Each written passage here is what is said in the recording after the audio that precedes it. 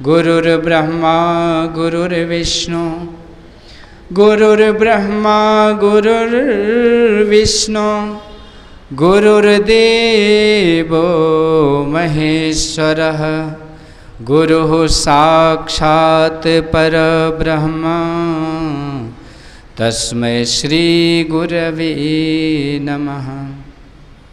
बोलिए श्री सद्गुरु महाराज की। परमाराध्य संत सद्गुरु महाराज के पावन श्री चरणों में कोटि कोटि सहनमन। संत मत के वर्तमान आचार्य श्री के सहित समस्त पूज्य गुरुजनों को मेरा कोटि कोटि सहनमन।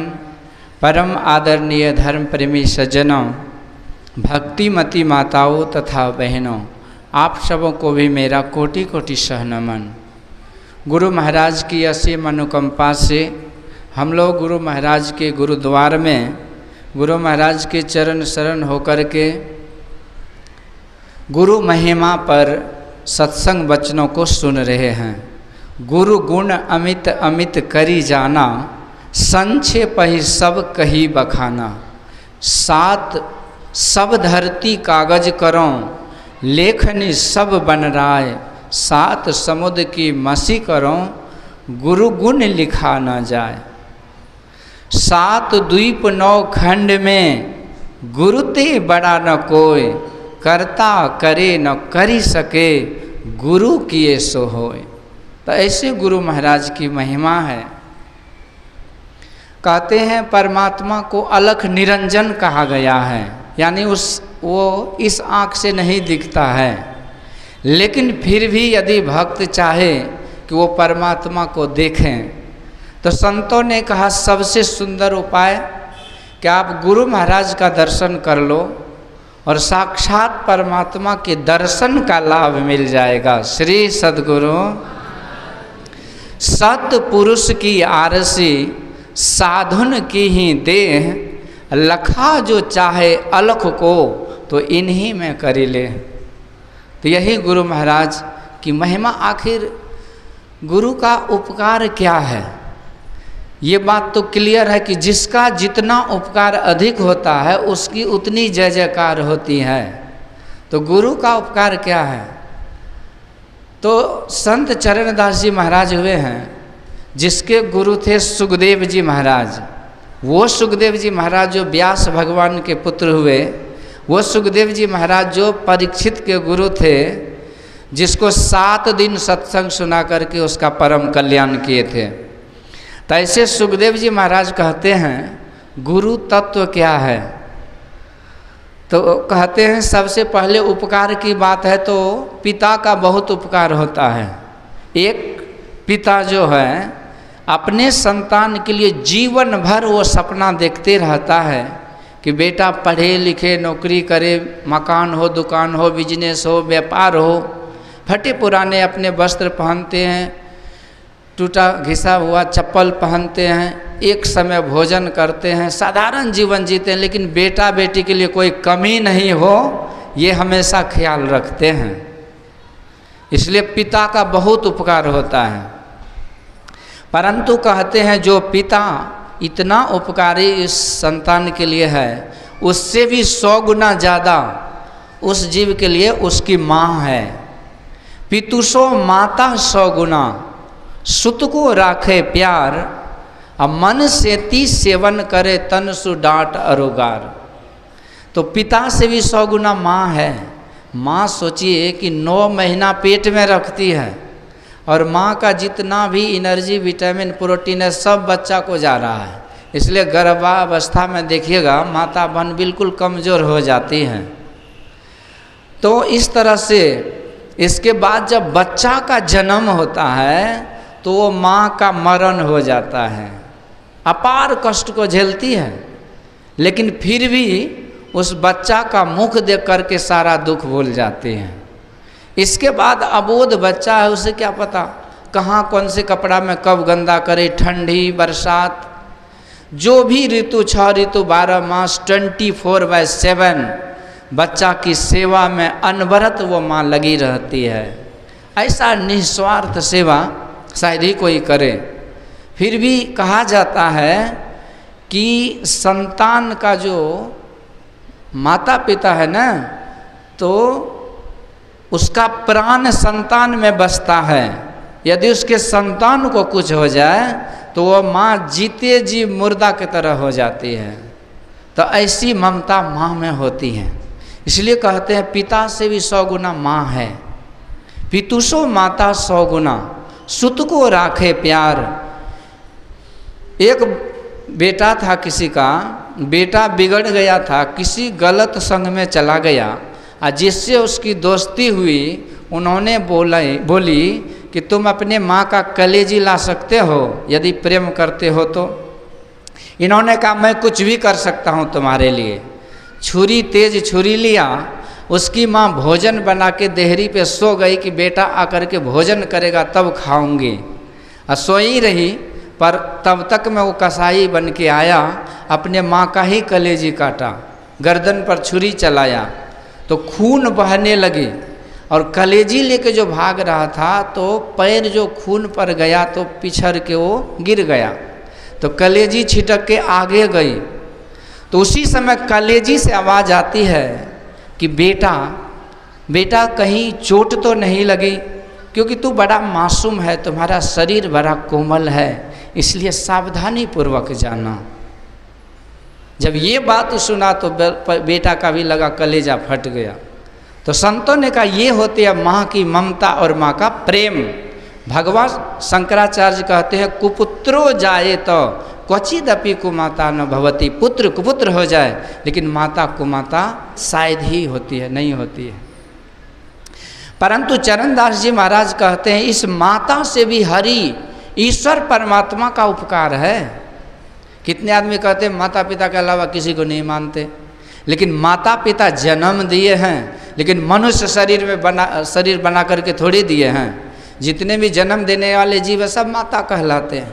तो मनुष्य शरीर देने वाले हम जीवों को जो 84 में भटक रहे थे वो ईश्वर परमात्मा है। कब हु की करी करुणा नर देही अदेत ईश बिनु हेत सनेही। अकारण ही वो परमात्मा इस जीव को मनुष्य शरीर दे देते हैं। और ये मनुष्य शरीर देव दुर्लभ है, अद्भुत है। तो इसीलिए ईश्वर की बड़ी कृपा है कि मनुष्य शरीर देते हैं और हर पल हर क्षण रक्षा भी करते हैं। रण वन व्याधि विपत्ति में मति भूलो जनि कोय, जठरा अग्नि में रक्षा किन्नी सो प्रभु गयो कि सोय। माँ के पेट में भी रक्षा होती है। एक अश्वत्थामा था द्रोणाचार्य का पुत्र, उन्होंने जब ब्रह्मास्त्र चलाया तो परीक्षित की मृत्यु माँ के पेट में हो गई थी। लेकिन उत्तरा माँ जब भगवान की शरणागत हुई तो भगवान नन्हे से रूप धारण करके उत्तरा माँ के उदर में प्रवेश करके जले हुए मरे हुए परीक्षित को जीवित कर दिए। श्री सद्गुरु। तो ईश्वर माँ के पेट में भी रक्षा करते हैं। जब हम जन्म लेते हैं तो सारी विधि व्यवस्था पालनहार है ना, तो वो करते हैं। ईश्वर की कृपा के बिना हम एक पल भी नहीं जी सकते। और उन्होंने कृपा करके मनुष्य शरीर दिए, तो बड़ी कृपा ईश्वर की है। तो मुझे तुमने दाता बहुत कुछ दिया है, तेरा शुक्रिया है, तेरा शुक्रिया है। पल पल न होती ये रहमत जो तेरी, तो क्या थी जमाने में औकात मेरी। दिया कुछ नहीं बस लिया ही लिया है, तेरा शुक्रिया है, तेरा शुक्रिया है। दुनिया में ऐसा कोई चीज़ है जो आप दे सकते हैं? जो कुछ भी हम उपयोग करते हैं सब ईश्वर का बनाया हुआ है। तो ईश्वर की कृपा है। लेकिन चरणदास जी महाराज कहते हैं सुनो मेरी, ईश्वर परमात्मा से भी बढ़ कर के गुरु महाराज हैं। कैसे? तो हरि ने जन्म दियो जग माही, लेकिन गुरु ने आवागमन छुड़ाए। गुरु महाराज इस 84 में भटकते हुए जीव, तरह ताप में तपते हुए जीव, सट विकार के शिकार बने हुए जीव को इस भव रोग से मुक्त करा देते हैं। भव सागर से पार करके उसे सर्वाधार से मिला देते हैं। श्री सद्गुरु। इसलिए गुरु का बड़ा उपकार है। इसलिए गुरु जितना उपकार कर सकते हैं ना उतना कोई नहीं कर सकते, क्योंकि भगवान आज अभी श्रावण का महीना है। भोले बाबा को औढ़रदानी बोलते हैं। भाई जो मांगोगे मिलेगा, ठीक है मिलेगा, लेकिन उस मिलने के बाद भी मांगना पूरा हो गया ऐसी बात थोड़ी है। जितना चाहिए, जितना डिमांड है, जितना पूरा होगा, जिमी प्रति लाभ लोभ अधिकाई और चाहिए। तो इसलिए सांसारिक वस्तु भगवान देंगे, लेकिन उससे आपका काम पूरा थोड़ी होगा। इसलिए कहते हैं जो गुरु देते हैं उससे सब कुछ पूरा हो जाता है। हरि से नौकर हेत तुम, कर हरिजन से हेत, माल मुलुक हरि देत है, पर हरिजन हरि ही देत। जहाँ भगवान धन संपत्ति मकान दुकान बेटा लोटा कदू कदीमा ये दे देंगे, तो वही सदगुरु महाराज क्या देंगे, तो ईश्वर परमात्मा को प्राप्त करा देंगे। इसलिए गुरु जो दे देते हैं वो कोई नहीं दे सकते। तो ईश्वर देव पितर परिजन सो, होत न यह उपकार, यह होवत में ही गुरु से ही गुरु की अमित बलिहार। तो गुरु ही वो देते हैं, इसलिए कहते हैं गुरु दाता दयाल। गुरु इसलिए सबसे बड़े दाता होते हैं। ज्ञान देत ध्यान देत आत्म विचार देत, ब्रह्म को लखाए देत ब्रह्म में चरत है, मार्ग दिखाई देत भव हूँ भगति देत, प्रेम को प्रतीति देत अभरा भरत है, सुंदर प्रगट जग संत कछु लेत नाही, संत जन निशी दिन देवो ही करत है। तो सब कुछ दे करके और परमात्मा को से मिला देते हैं और जीव का 84 का चक्र जो है वो मिटा देते हैं और सद्गुरु भक्ति रूपी नौका पर बैठाकर जीव को परमात्मा के पास पहुंचा देते हैं।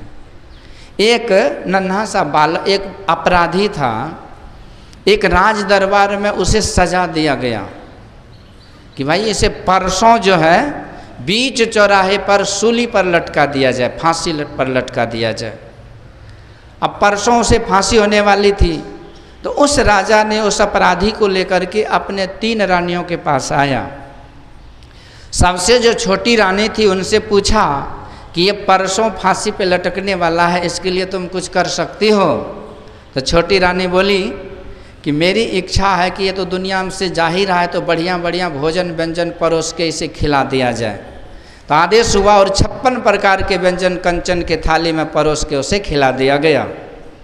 दूसरे दिन दूसरी रानी मझली रानी से राजा ने पूछा तुम्हारी क्या सेवा है इसके लिए, इस अपराधी के लिए?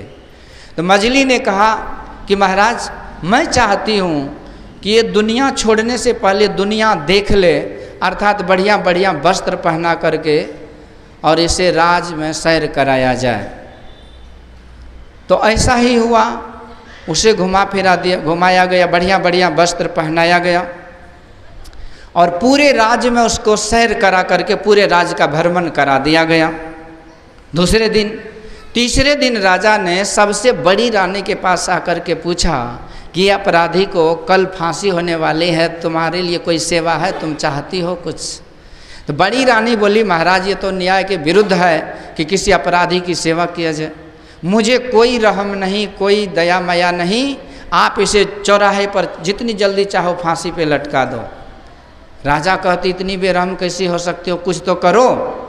तो रानी जी ने कहा सुनो राजन, मेरी एक छोटी सी अर्जी है, यदि आपकी मर्जी हो तो स्वीकार कर लो। इसके लिए क्या है? तो बड़ी रानी कहती महाराज न मुझे इसे खिलाने में इंटरेस्ट है, न इसे नया नया वस्त्र पहनाने में रुचि है, न इसे राज सैर कराने में रुचि है। मेरी छोटी सी थोड़ी सी इच्छा यही है कि इसे जो कल फांसी होने वाली है उस फांसी की सज़ा से इसे मुक्त कर दीजिए। श्री संत। तो देखिए बड़ी रानी के उपकार आपको लगता है कि क्या है, लेकिन विचार करके देखिए यही संत सद्गुरु होते हैं। माता पिता है, खाना पीना की व्यवस्था करेंगे, देवी देवता भगवान भगवती लोक परलोक का भ्रमण कराएंगे, लेकिन सद्गुरु जो परमात्मा के सबसे प्यारे हैं वो सद्गुरु महाराज ये जन्म मरण के फांसी से मुक्त करा देते हैं, 84 छुड़ा देते हैं, परमात्मा से मिला देते हैं। इसलिए गुरु महाराज की जय जयकार सदैव था है और रहता है। इसलिए क्योंकि गुरु महाराज का बहुत उपकार है जीव पर, इसलिए गुरु महिमा में यही 2 शब्द आप लोगों की सेवा में कहा। बोलिए श्री सद्गुरु